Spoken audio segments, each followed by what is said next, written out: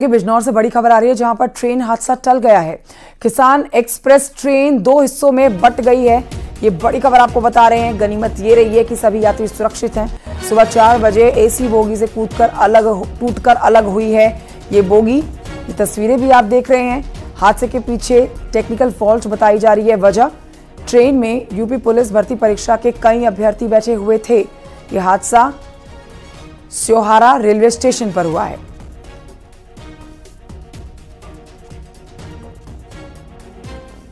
किसान एक्सप्रेस जिसमें सवारी बैठे हुए थे और काफ़ी बच्चे भी इसमें बैठे थे परीक्षार्थी।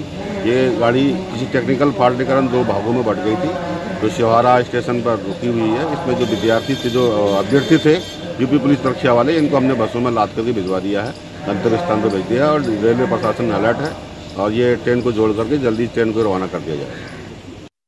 और जानकारी के साथ फोन लाइन पर मौजूद है शिवम। ये हादसा कैसे हुआ है? 2 टुकड़ों में कैसे, 2 हिस्सों में कैसे बट गई है ये ट्रेन? पूरी जानकारी इस पर दें। जी मैं आपको बता दूं, पूरा मामला बिजनौर जनपद के जो थाना स्योहारा मरवाड़ स्योहारा धामपुर स्टेशन के बीच का है। ये लगभग आज सुबह करीब 4 बजे की घटना है। ये जो किसान एक्सप्रेस ट्रेन थी झारखंड को जा रही थी, तो जिसको लेकर ये जिस तरीके से ये कपलिंग टूटने से जो उसकी बोगी लगभग उसमें 13 डिब्बे इसमें लगे हुए थे और इस कपलिंग टूटने से ये 2 ट्रेन 2 हिस्सों में बट गई और गनीमत ये रही कि कोई अनहोनी ना हुई।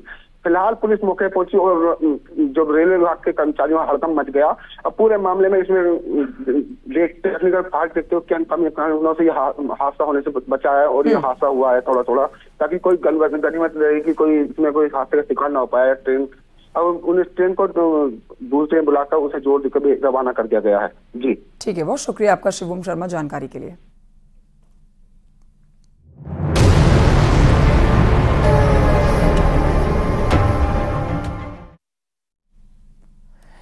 तस्करी के पुष्पा स्टाइल से अलग भी एक आइडिया जिसने पुलिस के छक्के छुड़ा दिए हैं, पुलिस को हैरान कर दिया है।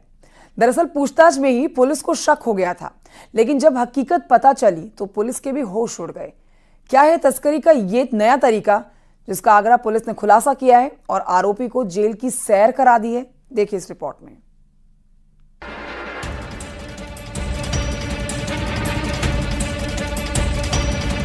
क्रिकेट का बल्ला ले जा रहा युवक, पुलिस ने पूछा हाल तो हुआ शक, फिर जो खुला राज तोड़ गए होश। दरअसल ड्रग तस्करी में अब तक कई शातिर बदमाशों ने नए तरीकों से चौंकाया है। कई शातिर तस्कर अपने नए इजाद तरीकों से लोगों को हैरान करते आए हैं। अब ऐसी ही एक अनोखी तस्करी के मामले का आगरा पुलिस ने भंडाफोड़ किया है। आगरा में क्रिकेट का बल्ला लेकर जा रहे एक युवक को पुलिस ने रोका। जब उसकी तलाशी ली तो हकीकत खुल गई। इस बल्ले में 1.5 किलो से ज्यादा मात्रा में गांजा बरामद किया गया है। आरोपी को पुलिस ने तुरंत गिरफ्तार कर लिया। अभी तक आपने गांजा तस्करी के कई ऐसे मामले देखे और सुने होंगे जिसमें गांजा तस्करी के अलग अलग तरीके अपनाए जाते हैं, लेकिन आगरा में जीआरपी और आरपीएफ पुलिस के द्वारा एक ऐसे गांजा तस्कर को गिरफ्तार किया जिसका तस्करी करने का तरीका बिल्कुल ही अलग था। जीआरपी और आरपीएफ पुलिस ने चेकिंग के दौरान एक गांजा तस्कर को गिरफ्तार किया। उसके पास से एक क्रिकेट खेलने का बल्ला बरामद हुआ। इस तस्कर ने बल्ले को बीच में से खोखला करके उसके अंदर गांजा छुपा रखा था। मामूली तौर पर इस बल्ले को क्रिकेट खेलने के लिए इस्तेमाल किया जाता है, लेकिन ये तस्कर इस बल्ले का इस्तेमाल गांजे की तस्करी करने के लिए करता था। जीआरपी और आरपीएफ पुलिस ने चेकिंग के दौरान कोसी के रहने वाले विजेंद्र को गिरफ्तार किया। इसके पास से पुलिस को एक क्रिकेट खेलने वाला बैट मिला। पहले तो उस बल्ले को हल्के में लिया। जब आरोपी से पुलिस ने कड़ाई से पूछताछ की तो उसी बल्ले में असली राज निकलकर सामने आया। लगभग 1 किलो 750 ग्राम गांजा उस बल्ले के अंदर छुपाया था और फिर उसको पूरी तरह से पैक कर दिया। अगर पकड़ा जाए तो पुलिस सिर्फ एक मामूली सा बल्ला समझकर उसको छोड़ दे, लेकिन आगरा की जीआरपी और आरपीएफ पुलिस ने जब गहनता से जांच पड़ताल की तो अलग ही सच सामने आया। बल्ले में तस्करी के लिए पहले बीच में से उसे खोखला किया गया, फिर उसके अंदर गांजा भर दिया, उसके बाद बल्ले को पैक कर दिया गया। ऐसा इसलिए ताकि अगर पुलिस पकड़े भी तो मामूली सा बल्ला देखकर छोड़ दे। पुलिस ने जब बल्ले को खोला तो उसमें से पुलिस को 1 किलो 750 ग्राम गांजा मिला। बल्ले के अंदर से 1 किलो 750 ग्राम गांजा बरामद हुआ। पुलिस पूछताछ में उसने बताया कि वह दूसरे जिले से ये गांजा लेकर आता था और आगरा समेत आसपास के जिलों में इसकी सप्लाई करता था। फिलहाल पुलिस ने गांजा तस्कर को गिरफ्तार कर लिया है और उसके पास से बैट और 1 किलो 750 ग्राम गांजा भी बरामद किया है। पुलिस पूछताछ में आरोपी ने बताया कि वो इस गांजे की तस्करी आगरा समेत आसपास के जिलों में करता था। पुलिस ने आरोपी के खिलाफ कानूनी कार्रवाई करते हुए उसे जेल भेज दिया है। Bureau report, news 18।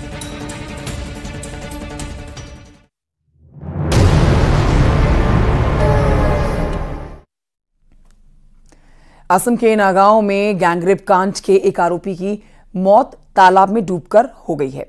बताया गया है कि पुलिस सुबह 4 बजे क्राइम सीन रिक्रिएशन के लिए आरोपी को घटनास्थल पर लेकर गई थी और इसी दौरान आरोपी तफाजुल इस्लाम ने पुलिस हिरासत से भागने की कोशिश की और तालाब में कूद गया। कुछ घंटों के सर्च ऑपरेशन के बाद आरोपी का शव तालाब से बरामद किया गया। असम में नाबालिग लड़की के गैंगरेप में 3 संदिग्धों में एक तफजुल इस्लाम को कल गिरफ्तार किया गया था। देखिए पूरी रिपोर्ट।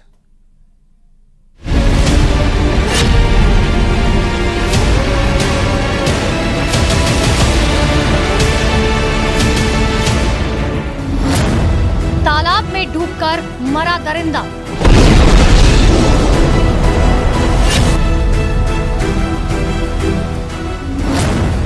गैंगरेप के आरोपी को मिली सजा। असम में नागाव में एक 14 साल की लड़की के साथ गैंगरेप की घटना सामने आई। मामले में 3 आरोपियों में एक को पकड़ लिया गया। पुलिस के मुताबिक जब उसे घटनास्थल पर ले जाया जा रहा था तो आरोपी ने भागने की कोशिश की और वो इस तालाब में कूद गया। बाद में तालाब से उसका शव बरामद किया गया। अभी भी 2 नहीं पकड़ा गया है, एक ही पकड़ा गया है जो जिसका अभी मौत हो गया, उसका डेथ हो गया। आज मॉर्निंग को हम लोग को मिला है उसका डेड बॉडी यही इसी तालाब में मिला है। तो हम लोग को अभी बाकी जो रेपिस्ट है जो घूम रहे हैं अभी भी उन लोग को मतलब पकड़ के हम लोग को सौंपना है। उन लोग को इतना आसान मृत्यु वो डिजर्व नहीं करते। हम जो 2 लोग अभी बाहर है उन दोनों को भी हम लोकल प्रशासन को यही बात बताना चाहते हैं, जल्दी से जल्दी उनको भी अरेस्ट कीजिए और कड़ी से कड़ी सजा उन दोनों को भी दीजिए।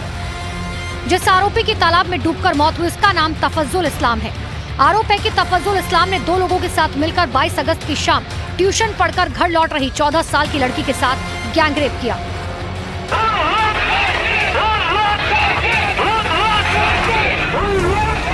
गैंगरेप की घटना पर नागाव में लोग सड़कों पर उतरे थे, इंसाफ के लिए आवाज उठाई। लोगों का कहना है कि आरोपियों के खिलाफ सख्त से सख्त कार्रवाई हो। असम के मुख्यमंत्री हिमंता बिस्वा शर्मा ने आश्वासन दिया कि दोषियों को बख्शा नहीं जाएगा। जैसे मेरा ढींग में घटना हुआ, मैं तुरंत डीजीपी को भेजा। 2 लोगों को 2-3 घंटा में ही अरेस्ट किया। मंत्री भी उधर चला गया और आगे का भी कठोर कार्रवाई होगा ही होगा। आरोपी की तालाब में डूबकर मौत होने पर कांग्रेस ने सवाल खड़े किए। जैसा मैंने देखा टेलीविजन में भी कि वो कूद गया और उसके बाद में डूब गया और उसके बाद में उसकी मरी हुई लाश मिली। तो अब इन परिस्थितियों में ऐसा हुआ, अगर पुलिस कस्टडी में आया तो कैसे कूद गया वो? नॉर्मली तो ऐसा होना नहीं चाहिए। फिलहाल लोगों का गुस्सा शांत नहीं हुआ। 2 आरोपी अभी भी पुलिस की पकड़ से दूर हैं और लोग इंसाफ की मांग कर रहे हैं।